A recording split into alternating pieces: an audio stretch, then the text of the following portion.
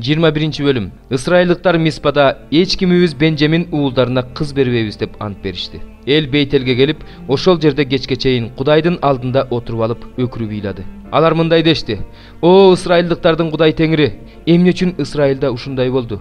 Эми анын бир уруусу жок болду?" Эл эртеси эртең менен эрте туруп, ошол жерге курмандык чалынуучу жай куруп, Теңирге арнап бүтүндөй өрттөлүүчү курмандыктарды, тынчтык курмандыктарын чалды. Исраил уулдары Теңирдин алдына Исраил урууларынын ичинен ким келбей калды дешти. Анткени Миспага Теңирдин алдына келбей калган адам өлүм жазасына тартылат деген катуу каргыш айтылган эле. Исраил уулдары бир туугандары Бенжамин уулдарына боор оруп мындай дешти: "Азыр Исраилдин бир уруусу кесилип ташталды. Тирүү калгандарга кайдан аял алып беребиз? Аларга кыз бербейбиз деп Теңирдин алдында ант бербедик беле?" Алар дагы Миспага Теңирдин алдына Исраил урууларынын ичинен ким келбей калды дешти. Теңирдин алдына Станга Гилаттын Жабешинен эч ким келбептир. Алар келген элди кыдырып көрүшкөндө Гилаттын Жабешинин тургундарынан эч ким келбептир. Жамаат 12 000 эр жүрөк жигитке мындай буйрук берип жөнөттү: "Баргыла, Гилаттын Жабешинин тургундарын аял дебей, бала дебей кылычтап кыргыла. Дагы мындай кылгыла: баардык эркектерин, эркек көргөн баардык аялдарын кырып салгыла." Ошондо алар Гилаттын Жабешинин тургундарынын ичинен эркек көрө элек 400 кызды таап, Канаан жериндеги Шило станына алып келишти. Анан бүт жамаат Римон аскасындагы Бенжамин уулдары менен сүйлөшүүгө чабарман жөнөтүп, аларга тынчтык жарыялады. Ошондо Бенжамин уулдары кайрылып келишти. Гилаттын Жабешиндеги өздөрү аман калтырган кыздарды аларга аялдыкка беришти. Бирок бул жетишсиз болуп калды. Теңир Исраил урууларына жарака кетиргендиктен Бенжамин уулдарына элдин боору оруду. Жамааттын аксакалдары калгандарына аялды кайдан табабыз? Анткени Бенжамин уулдарынын кыз келиндери түгөл кырылган дешти. Алар дагы мындай дешти: "Исраилдин бир уруусу жоюлуп кетпеш үчүн мураска калган жер тирүү калган Бенжамин уулдарына калсын. Бирок кыздарыбызды аларга аялдыкка бере албайбыз. Анткени Исраил уулдары Бенжамин уулдарына кыз бергендер каргышка калсын" деп ант беришкен. Алар дагы Бейтелден түндүккө жана Бейтелден Шекемге кетүүчү жолдон чыгышка, Лебондон түштүккө карай кеткен жердеги Шилодо Теңирдин жыл сайын өткөрүлүүчү майрамы болот дешти. Анан алар Бенжамин уулдарына мындай деп буйрук кылышты: "Барып, жүзүмзардын арасына жашынып карап тургула. Шилолук кыздар бийлегени чыгышканда, жүзүмзардан чыга калгыла да, Шилолук кыздардан ар кимиң бирден кызды ала качып, аларды Бенжамин жерине алып кеткиле. Алардын аталары же бир туугандары бизге даттанып келишсе, алар үчүн бизди кечирип койгула. Биз алардын ар бирине согуштан аял ала келген жокпуз. Силер да аларга кыздарыңарды берген жоксуңар. Берсеңер күнөөлүү болуп калмаксыңар" деп айтабыз. Бенжамин уулдары так ошондой кылышты. Өздөрүнүн санына жараша оюн шоокко келген кыздардан бирден ала качышты да өздөрүнүн үлүшүнө тийген жерлерге кайтып келишти. Шаарларды калыбына келтирип, ошол жерлерде жашап калышты. Ошол эле учурда Исраилдыктардын ар кимиси өз уруусуна, өз үй бүлөсүнө, өз энчисине тийген жерлерге тарап кетишти. Ошол убакта Исраилда падыша болгон эмес, ар ким өзү туура көргөндү кылчу. 25 бөлүм. Бийликке келгенине 3 күн болгондон кийин Фест Кейсариядан Иерусалимге жол тартты. Иерусалимде ага башкы ыйык кызмат кылуучу менен жүйүттөрдүн эң атактуу адамдары келип, Павылдын үстүнөн арызданышты. Алар андан бизге жакшылык кылып Павылды Иерусалимге чакыртып бер деп өтүнүштү. Анткени алар аны жолдо өлтүрүүнү ойлоп жатышкан эле. Бирок Фест Павылдын Кейсарияда камакта экендигин жана өзү да жакында ошол жака барарын айтты да: "Араңардан барганга мүмкүнчүлүгү барлар мени менен барышсын. Эгерде ал адамдын кандайдыр бир айыбы бар болсо, анда аны айыпташсын" деди. 8-10 күндөй Иерусалимде болгондон кийин ал Кейсарияга кайтып келди. Эртеси күнү сот тагына отуруп Павылды алып келүүнү буйруду. Павыл келгенде Иерусалимден келген жүйүттөр аны тегеректеп алып, көптөгөн оор айыптарды коюшту, бирок аларды далилдеп бере алышкан жок. Павыл болсо өзүн коргоп, "Мен жүйүттөрдүн мыйзамына да, ибадатканага да, Римдик падышага да каршы эч кандай кылмыш кылган жокмун" деди. Фест жүйүттөргө жаккысы келип Павылдан: "Иерусалимге баргың келеби? Ушул айыптоолор боюнча сени ошол жакта соттоомду каалайсыңбы?" деп сурады. Павыл ага мындай деп жооп берди: "Мен падыша сотунун алдында турам. Ошондуктан ушул жерде соттолушум керек. Мен жүйүттөргө эч кандай жамандык кылган эмесмин, аны сен да жакшы билесиң. Эгерде мен айыптуу болсом, өлүм жазасына тарткыдай бир нерсе кылган болсом, анда өлүмдөн баш тартпаймын. Эгерде булардын мага койгон айыптары негизсиз болсо, анда мени эч ким булардын колуна салып бере албайт. Падыша алдында соттолууну талап кыламын." Фест кеңешчилер менен кеңешкенден кийин Павылга: "Сен падыша алдында соттолууну талап кылдың. Падыша алдына барасың" деди. Бир нече күндөн кийин Агриппа падыша менен Бернике Фестти куттукташ үчүн Кейсарияга келишти. Алар ал жерде бир нече күн болушкандыктан Фест Павлдын иши жөнүндө падышага баяндап берди. Бул жерде Феликс тарабынан түрмөдө калтырылган бир адам бар. Мен Иерусалимге барганда жүйүттөрдүн башкы ыйык кызмат кылуучулар менен аксакалдары анын үстүнөн арызданып, анын соттолуусун талап кылышты.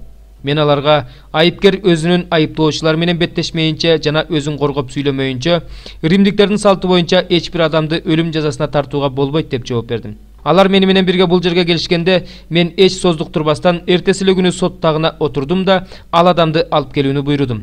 Аны тегеректеген айыптоочулар ага каршы мен күткөндөй айып кое алышкан жок. Бирок алар менен анын ортосунда өздөрүнүн дини тууралуу жана Иса деген бир өлгөн киши тууралуу талаш бар экен. Павыл ошол Исаны тирүү деп далилдеп жатыптыр. Мен бул суроону кантип чечүүнү билбей, андан Иерусалимге барып бул иш боюнча ошол жерде соттолууну каалайсыңбы деп сурадым. Бирок Павыл өзүнүн иши боюнча Август падышанын чечимин талап кылгандыктан ага жибергенге чейин мен аны камакта кармоого буйрук бердим. Ошондо Агриппа Фестке ал адамды мен да угууну каалар элем деди. Ал ага аны эртең угасың деп жооп берди. Эртеси күнү Агриппа менен Бернике салтанат менен келип, миңбашлар жана шаардын атактуу адамдары менен сот залына киргенде Фесттин буйругу боюнча Павылды алып келишти. Ошондо Фест мындай деди: Агриппа падыша жана биз менен чогуу ушул жерде тургандар. Силер көрүп турган ушул адамга көптөгөн жүйүттөр каршы экен. Иерусалимге барганымда да ушул жерде да алар мага келишип, анын өлүшүн талап кылып кыйкырышты. Бирок мен андан өлүм жазасына тарткыдай эч нерсе тапкан жокмун. Августтун алдында соттолууну талап кылгандыктан мен аны ага жөнөтүүнү чечтим. Падышага ал жөнүндө жаза турган негиздүү эч нерсем жок. Ошондуктан тергөөнүн акырында жазганга бир нерсе болсун деген ой менен аны силердин алдыңарга, айрыкча Агриппа падыша, сенин алдыңа алып келдим. Анткени туткунду айыбын көрсөтпөй туруп падышага жиберүү мен үчүн акылга сыйбаган иш. 35 бөлүм.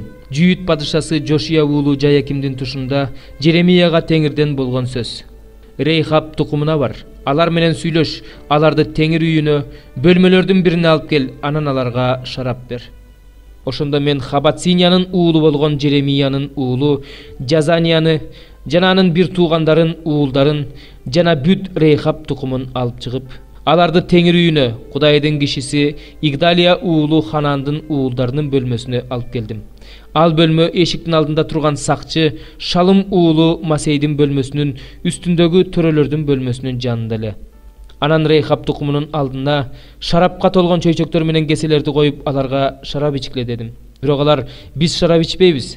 Анткени биздин атабыз Рейхабтын уулу Жонадап бизге мындай буйрук берген: силер да балдарыңарда кылымдар бою шарап ичпегиле. Үй курбагыла, үрөөн сеппегиле, жүзүмзар отургузбагыла, силерде жүзүмзарлар болбосун. Бирок жер кезип жүргөн жерде узак убакыт жашаш үчүн өмүр бою чатырларда жашагыла. Биз атабыз Рейхабтын уулу Жонадап эмнени буйрук кылса, ошонун баарын аткарып жатабыз. Ал бизге: өмүрүңөр өткөнчө шарап ичпегиле, аялдарыңар да, уулдарыңар да, кыздарыңар да ичпесин. Жашаганга үй курбагыла деген. Ошон үчүн биздин жүзүмзарыбыз да, талаабыз да, айдоо жерибиз да жок. Чатырларда жашап, атабыз Жонадап бизге эмне буйруса, ошонун баардыгына тил алып аткарып жатабыз. Бабыл падышасы Небухадоносор бул жерге кирип келгенде, биз жүргүлө Каздимдердин аскерлеринен жана арамейликтердин аскерлеринен качалы, Иерусалимге баралы дедик. Ошондуктан мына биз Иерусалимде жашап жатабыз дешти. Ошондо Жеремияга Теңирден сөз болду. Исраилдин Кудайы Себайот Теңир мындай дейт: бар, жүйүт эркектер менен Иерусалим тургундарына айт: кантип эле силер ушундан менин сөзүмө тил алыш үчүн өзүңөргө акыл насаат алган жоксуңар, дейт Теңир.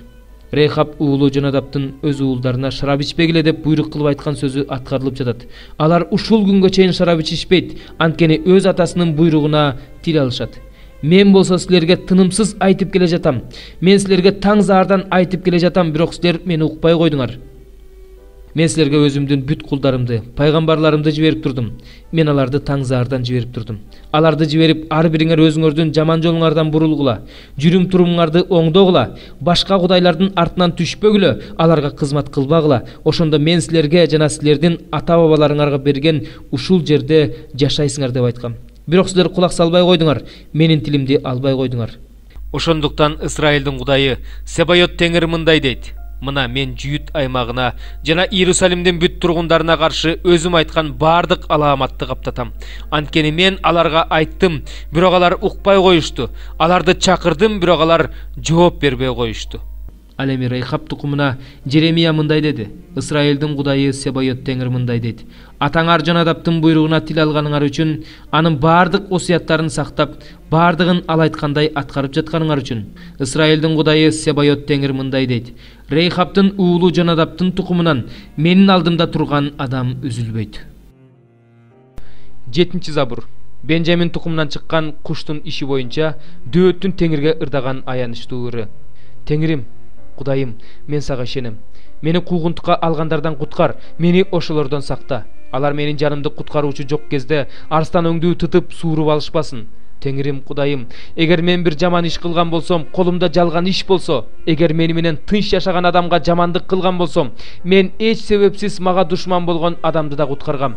Анда мени душман кууп жетип, өмүрүмдү жерге тебелеп, даңкымды гүлгө ыргытып салсын. Теңир, каарың менен ордуңан тур, душмандарымдын жаалына каршы чык. Өзүң буйрук кылган адилеттигиң үчүн ойгон. Сенин тегерегиңе топ эл жыйылат, алардын үстүнөн бийиктикке көтөрүл. Теңир элдерди соттойт. Теңирим, мени чынчылдыгыма жараша, күнөөсүздүгүмө жараша сотто. Ыймансыздардын кыянаттыктары токтосун.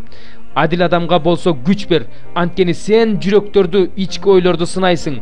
Адилеттүү Кудай, менин калканым, таза жүрөктөрдү куткаруучу Кудай. Кудай, адилеттүү сот, ал ар күнү катуу жазалоочу Кудай. Эгерде ким кайрылбаса, ал кылычын курчутуп, жаасын тартып, ошого багыттайт. Ал үчүн өлүм идишин даярдайт, өзүнүн жебелерин күйгүзүп кеткидей кылат. Мына, ыймансыз адам жамандык ойлоп, кыянаттыкка толуп жалгандык кылды. Бирөөгө казган оруна өзү түштү. Анын кылган жамандыгы өз башына кайрылып келет, анын кылган кыянаттыгы өз башына түшөт. Мен Теңирди чындык үчүн даңктайм. Эң жогорку Теңирдин ысымына ырдайм. 8 забур. Ырчылар тобунун башчысына Гат күү асбабы менен дөөттүн забуру.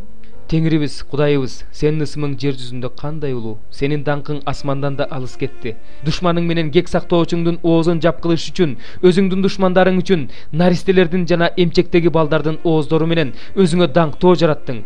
Мен сенин колуң жасаган асманыңды, өзүң коюп койгон ай менен жылдыздарыңды карап туруп, сен унутпагыдай адам деген ким, өзүң келип тургудай адам баласы деген ким деп ойлойм. Сен адамды периштеден бир аз убакытка эле басынттың, ага урмат менен атак даңктын таажысын кийгиздиң. Аны өз колуң менен жасагандарыңдын үстүнө башчы кылып койдуң. Бардыгын, койлор менен уйларды, ошондой эле талаадагы жырткычтарды, асмандагы куштарды, деңиздеги балыктарды жана деңиздеги бардык жандыктарды анын бутунун астына койдуң. Теңир, Кудайыбыз, сенин ысымың бүт жер жүзүндө кандай улуу.